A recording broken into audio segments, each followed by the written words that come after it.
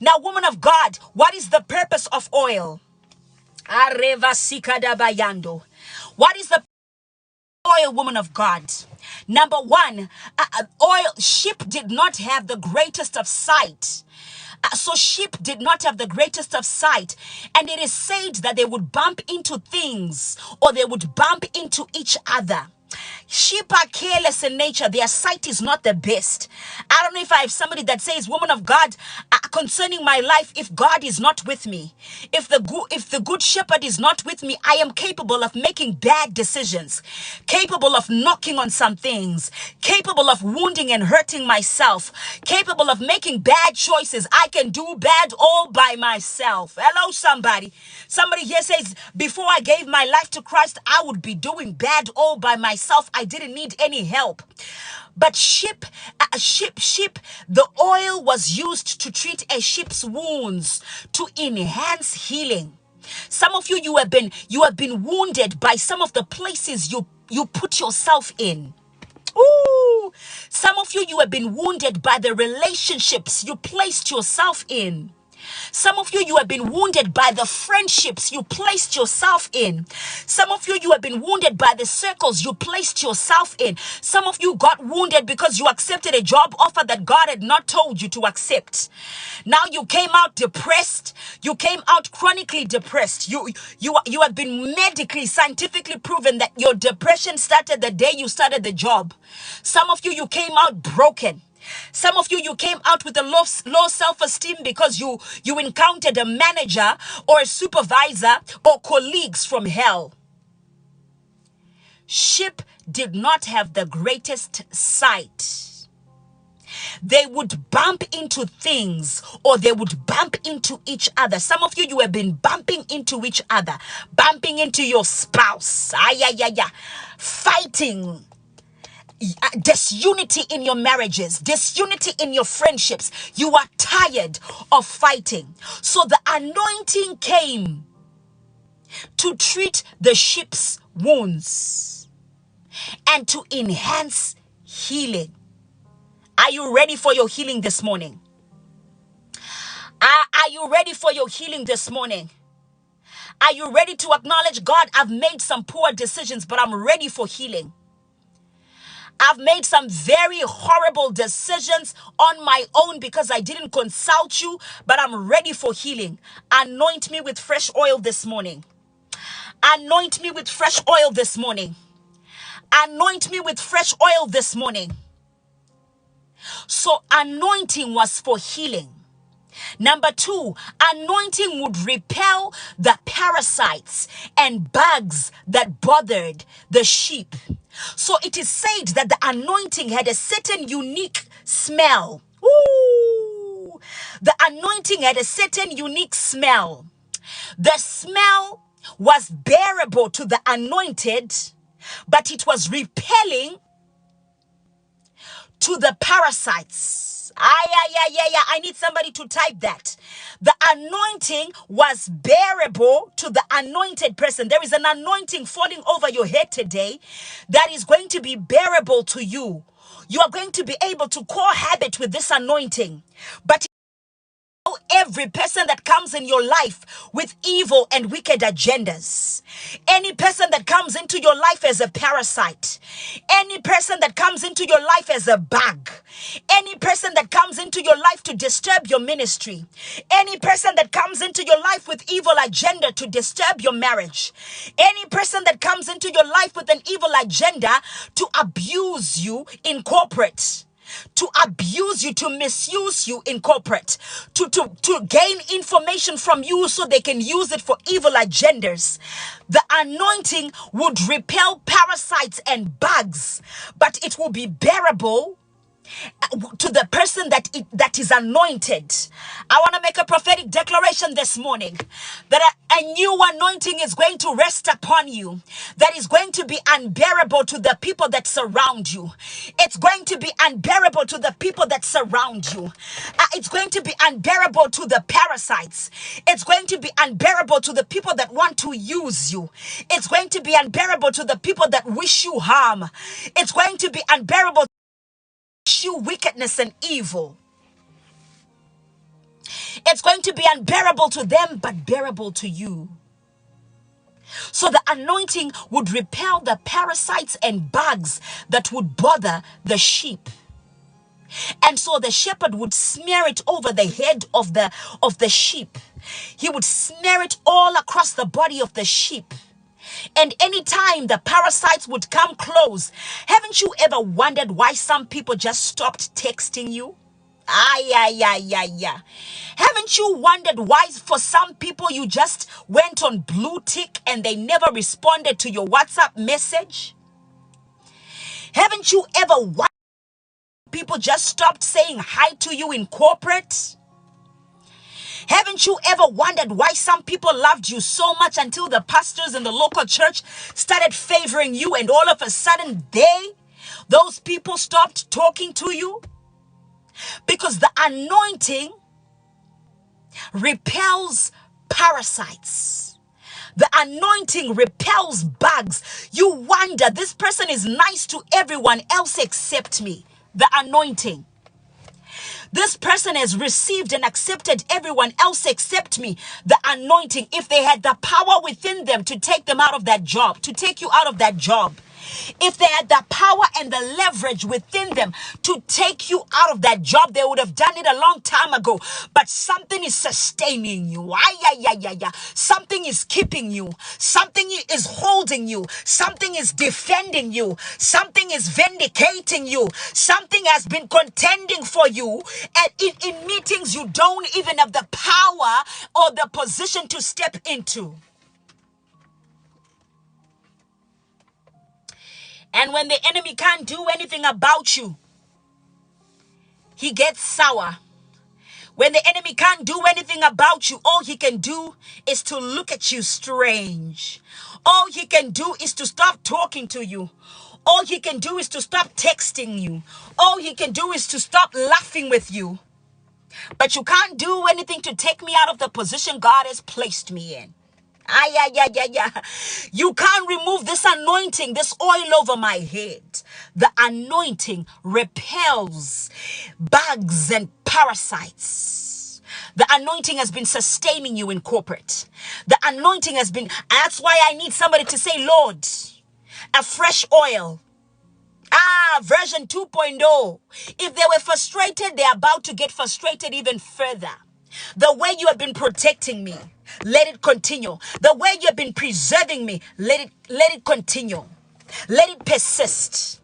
Number 3, the anointing gives the sheep relief so they can graze and feed in peace. There is a relief coming over your head. So you can begin to graze the green pastures in peace. There is a relief coming over your head so you can begin to prosper in peace. There is a relief coming over your head so you can begin to enjoy your season of answered prayer. There is a relief coming over your because the anointing would give sheep relief so they could graze and feed in peace. Relief speaks of reassurance. Relief speaks of consolation. Receive your consolation this morning. Relief speaks of comfort. Receive comfort from the Lord this morning. Relief speaks of solace. Somebody's getting ready to receive solace from the Lord. Relief speaks of relaxation. I am at ease as I am grazing in green pastures because of the anointing. It gives sheep relief. Number 4, it is said that as male sheep would challenge each other, there are fights. There are places where you can't avoid fighting. Some of you are in businesses that where you can't avoid politicking, where you can't avoid fighting. Some of you are in such high positions. Some of you are in politics. Some of you are in politics.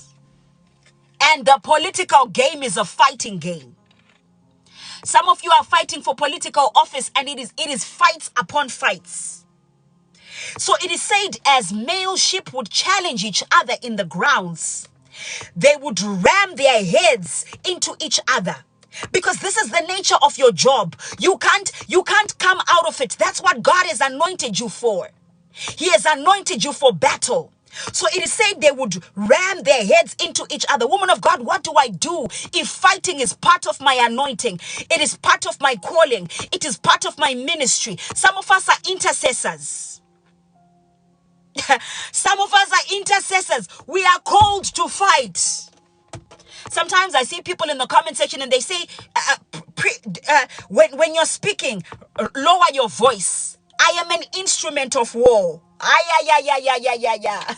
You don't understand intercession. I am an instrument of war. How can I stay silent? How can I stay in composure when I've received emails of people that are going through things that medication can't assist them with?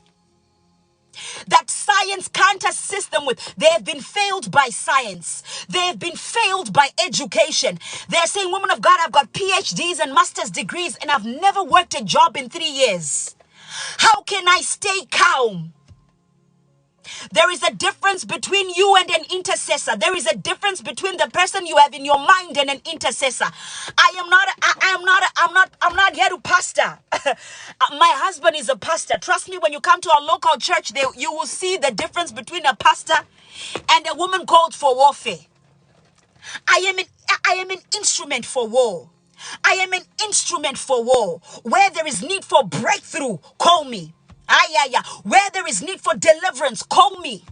So I can't be composed. I am tailored to the liking of Yahweh. I am tailored to give pleasure to Yahweh. I am tailored to excite Yahweh. When my voice is lifted, when my voice is echoing in the corridors of prayer, when my voice is shifting ancient gates, when my voice is moving barriers, blockades, and hindrances, I give pleasure to Yahweh. So you can't tailor a cold man to your own liking. You find a man who works with what you are looking for, but you can't come on a platform and begin to tailor a calling out of your own liking. This is a word that's about to release somebody, to release you from people pleasing, to release you from trying to conform to what people have been expecting of you. You are tailored to be an arsenal in the hands of Yahweh. You are tailored in a specific and unique way for a specific purpose and assignment. Don't change. Don't change for nobody. Don't change for nobody. Don't change for nobody. Don't change for nobody. The decibels of my voice, they cause a shift in the corridors of the spirit. You can't tell people to keep calm when they are at the place of their calling. They know what is needed. They know what is necessary. They know how to navigate and manifest the giftings of God over their lives. It is said a male sheep would challenge the other and they would begin to ram their heads into each other. And it is said that this could result in serious injury, even death. So oil was often applied to lessen and allow their heads to slide off one another. It was for lubrication, so that the fights of your assignment don't take you out, so that the struggles of your workplace, of your job, don't take you out, so that the struggles of your ministry don't dishearten you, so that the pains and the struggles of the place of your anointing. Some of you have been wounded on the job. Some of you have been offended in ministry. But I'm sent an assignment that to tell you that the anointing lubricates. The anointing lubricates. It doesn't mean you're not going to fight. It doesn't mean that you are not going to butt heads with some of your competitors. It doesn't mean that you are not going to enter into some political warfare for land and turf. But it means that as the anointing is upon you, it lubricates those fights. It softens and lessens the impact. It softens and lessens the impact. It softens and lessens the impact and allows their head to slide off of each other. We butt heads, but we slide off of each other. I can have struggled. I can have differences in opinions with my manager at work, but we can slide off of each other, which means tomorrow we're going to be smiling and drinking coffee together. It's not going to be personal. We're just doing our jobs. It's the anointing. It's the power of the anointing. I'm helping you understand the expressions of the anointing. I am helping you understand the dynamic expressions of the anointing. It's not just for you to declare. It's not just for you to claim to people that you are anointed. The anointing manifests in different dynamics. It lubricates situations. It lubricates relationships. It repels people that are not meant to be in your life. So don't get angry. Don't keep questioning yourself. Questioning your, what did I do? The anointing has repelled people that are not meant to be in your life. It gives consolation and relief. It gives comfort. Am I communicating to somebody this morning? The anointing announces you. The anointing marks you for destiny. The anointing preserves you for the journey.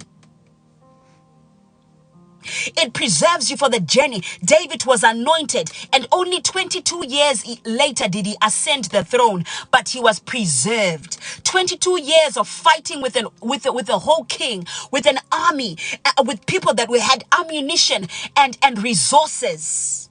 The anointing preserves you. It gives you staying power. It attracts your destiny helper.